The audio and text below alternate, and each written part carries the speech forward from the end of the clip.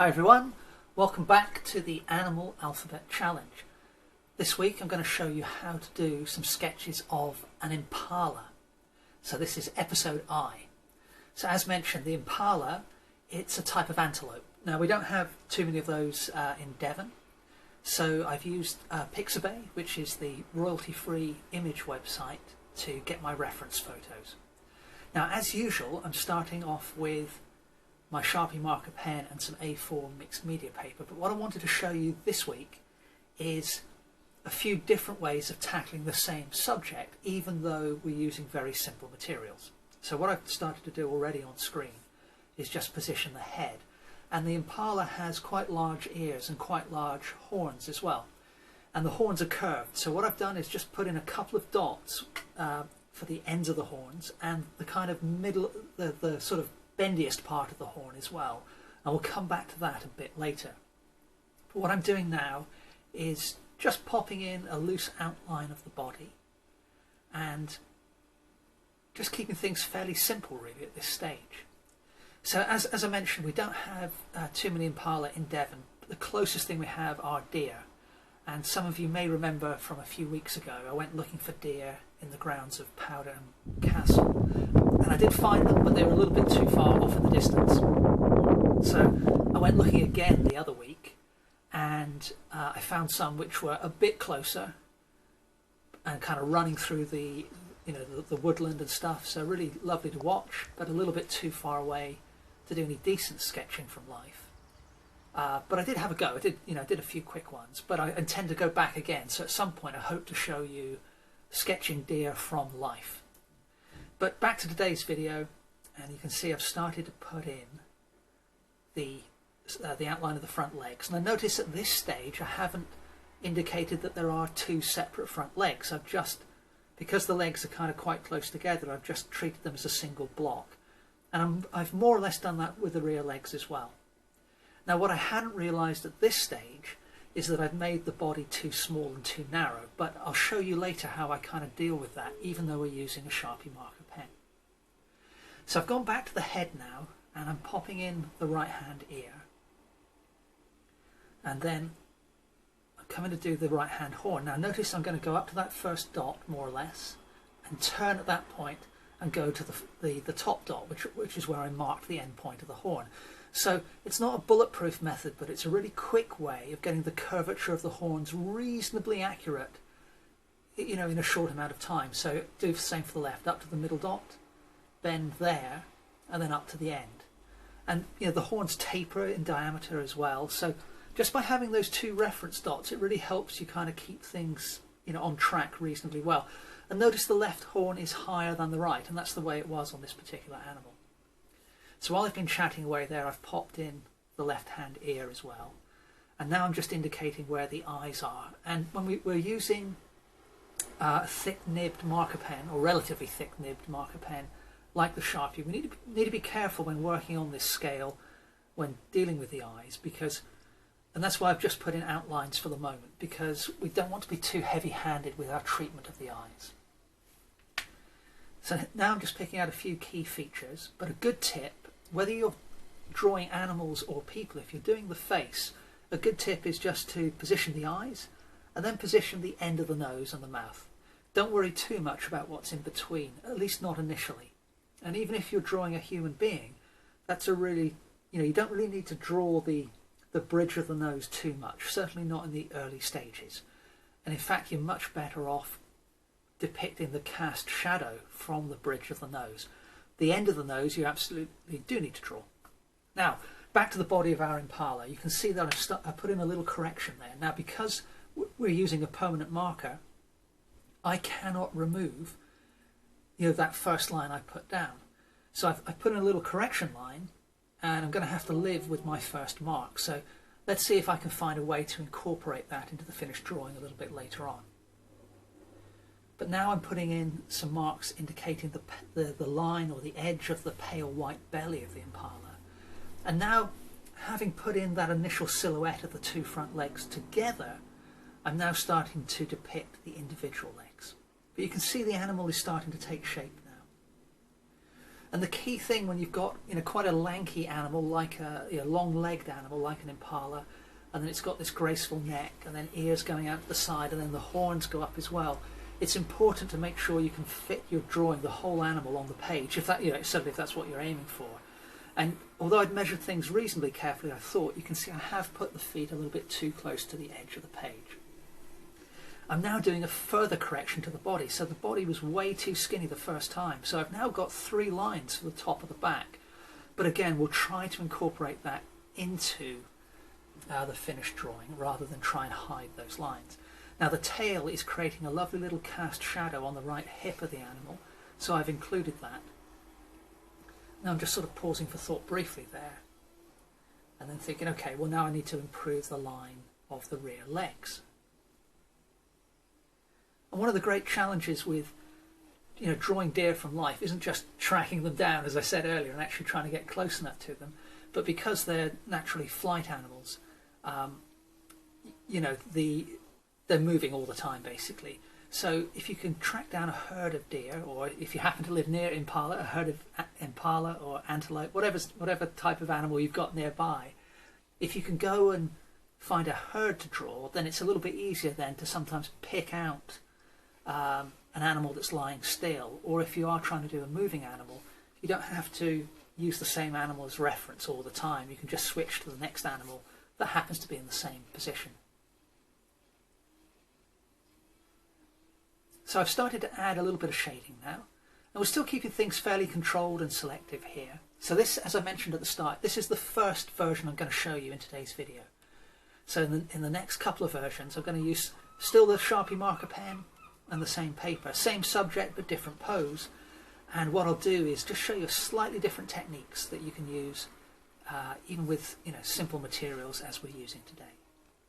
Now the right hand eye I've more or less filled in dark, but I've left a little highlight deliberately on the left hand eye.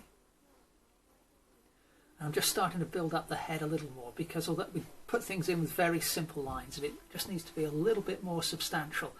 So one of the difficulties you may find when trying to depict an impala, and certainly I struggled a little bit today, is there's a fine line between making the animal look graceful, and if you make it look too big, it looks too bulky and muscular. However, if you make it look too skinny, of course, then it looks a little bit wasted. So you've got to try and maintain the sort of grace and length of the legs, but still make it look like it's not just a framework. There has to be some meat on the bones. Now, while I was talking away there, you can see I've put a little bit of shading along the top of the back, which is the darkest part of the hide. But that's also helped to hide some of the preliminary lines that I put in that weren't really in quite the right place. And I'm continuing across the body now, putting in different regions of tone, using my usual technique where I'm changing the angles of my shading to help give a little bit of extra information. So in general, I'll follow the contours of the body, but not always. Sometimes I'll just change direction for 2 neighbouring regions of tone, just because it makes them more visually distinct. So you can one of the great things you can do is kind of create your own artistic language by saying, I'm deciding to do this kind of hatching going from left to right here, but I'm deliberately going to change going from right to left, just so that it looks a bit different, even if that's not the way it would be in reality. Now I'm popping in a cast shadow here, so one of the things you want to do if you want to make sure your animal's sitting, you want to make sure your animal looks as if it's standing on the ground, is to put in a cast shadow. And again, that's something we can enhance if we want to, even if it's not that strong a cast shadow in reality. But back to the animal itself, I also popped in a loose horizon line there as well. Now the impala has a dark brown region on top, and then there's like a middle brown on the midriff, and then the belly is quite pale white. And so what I thought I'd do, just to vary the mark making a little bit, is I've dotted in that region, that darkest region, on the back and the top of the neck. I'm adding a slightly less dense pattern of dots for the middle region, and I'm not going to put any dots at all on the belly. And I'm going to carry that dotted pattern across up to the top of the head. So by doing that, we're just sort of really trying to push the pen as far as we can in terms of the different types of marks we can make. And of course, you don't have to do dots. You could do little circles or squares or triangles or even little letters. You know, I don't know if you may have seen some people do this incredible artwork using typewriters. So, you know, they're using the symbols as an artistic and expressive tool. So there's the first version finished. Let's move on to the second. So for this version of the Impala, what I want to show you is more of a gestural approach. So there's less measuring, and you can see I'm barely lifting the pen nib off of the page. And I've put in several flowing lines. So gestural drawing is a really great way of conveying a sense of movement and keeping nice and loose. It's a really good way to help you stay fluid and expressive with your mark making without sort of getting too tentative. That carries risks with it, of course, and sometimes the drawings I end up making, they're not quite as well proportioned as they might be, but they often have a sense of liveliness and a sense of expressiveness that my more carefully considered work doesn't have. So you've got to sort of ask yourself, what am I trying to do with my art? Am I trying to replicate a photograph? Am I trying to replicate reality? Exactly, that's a decision you have to make for yourself, obviously. But sometimes it's fun just to, like, you know, let's deviate away from reality a little bit and just be fluid flowing.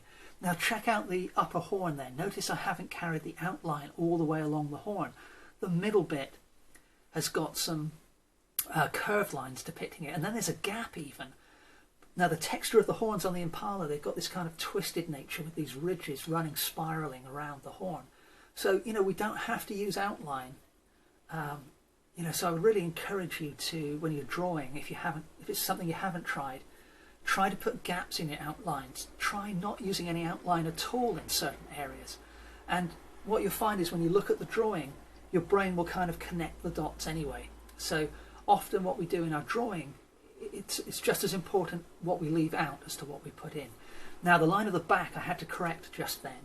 You see I've got that upper line in there. So I've got a stray line there coming off the middle of the neck of the Impala. So I'll have to deal with that later on, but we'll come back to that. So I'm trying to stay nice and loose here with my shading. I'm varying the marks, and I'm trying to be almost as loose as I was with my outline work. Trying to stay in that gestural mode of operation. So the outline was put down, but it's not a strict guideline. This shading can deviate outside of those outlines, and it might not even fill up the outlines entirely. So it's a really nice way to explore. Notice I'm not including the outline even now in that middle section of the upper horn. It's not a horn, is it? It's an antler, I think. Sorry about that. I guess an antler is a subsection of horns. I don't know. That's what I mean anyway.